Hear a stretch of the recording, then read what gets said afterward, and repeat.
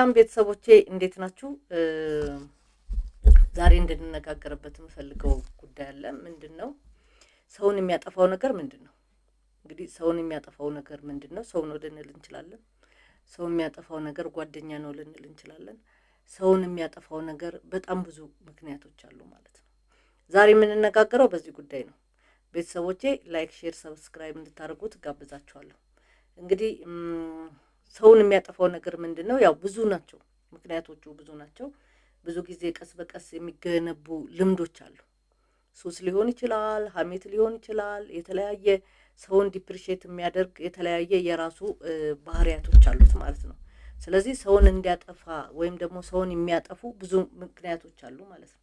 ከነዚህ ውስጥ በጣም ተስፋ መቁረጥ ሰውን ያጠፋል።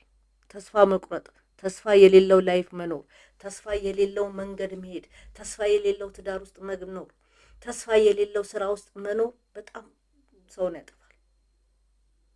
እነዚህ ነገሮች እንግዲህ ተስፋ በመቁረጥ ራስን መተው ያመጣል ማለት ነው። ብዙ ጊዜ አሁን በማህበራዊ ሚዲያ የምናያቸው ነገሮች አሉ። በማህበራዊ ሚዲያ የምናያቸው ነገሮች ሰዎች ራሳቸውን እንዲያጠፉ የሚያደርግ ተስፋ መቁረጣቸው ነው ማለት ነው። በህይወት ባልኖርስ ብለው አንዳንዴ ተስፋ መቁረጥ ብቻ ሳይሆን ራስ መውደድም ይህንን ነገር ያመጣል። አንዳንዴ ለሰዎች ስንል ልንኖር ይገባል፣ ለራሳችን ብቻ አይደለም።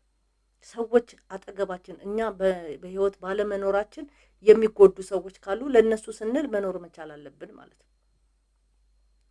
ቁጣና ጥላቻ ሌሎችን ከመጉዳቱ በፊት ራሳችንን ነው መጀመሪያ የሚበላው ማለት ነው። ለምሳሌ ቁጡ ሰው ስትሆኑ ብዙ ጊዜ ትበሳጫላችሁ። ከተቆጣችሁ በኋላ የሚሰማችሁ ውስጣችሁ የሚሰማችሁ ጥሩ ስሜት የለም ማለት ነው። ስለዚህ በጣም መጀመሪያ ስንቆጣ ራሳችንን የምናጠፋው ማለት ነው። ሱስም እንደዚሁ ነው፣ ራስን የሚያጠፋ ነው። አልኮል፣ አደንዛዥ እጽ ወይም ደግሞ ሌሎች አጥፊ ልማዶችም እንደዚሁ መጀመሪያ እኛን ካጠፋ በኋላ ነው ወደ ቀጣዩ ወደ ሌላው የሚሄድ ማለት ነው።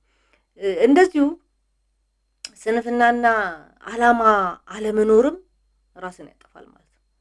በስንፍና ውስጥ የሚኖሩ ብዙ ሰዎች አሉ። ያ በስንፍና ውስጥ የሚኖሩት ኑሯቸው ህይወታቸውን እንዳይሻሻል ስለሚያደርግ፣ ህይወታቸው ወደፊት እንዳይሄድ ስለሚያደርግ ብዙ ጊዜ ችግር ይገጥማቸዋል ማለት ነው። ሌላው ያው መጥፎ ጓደኛ ነው። እንግዲህ ራስን ከሚያጠፉ ቅድም እያዋለው አንዱ መጥፎ ጓደኛ ነው ማለት ነው። ስለዚህ እነዚህ ነገሮች በሙሉ ራሳችንን ነው የሚያጠፋል።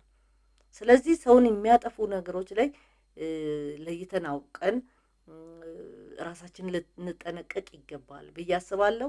ቤተሰቦቼ ለዛሬ ያዘጋጀሁላችሁ ይሄንን ነው። እንደወደዳችሁ ተስፋ አደርጋለሁ።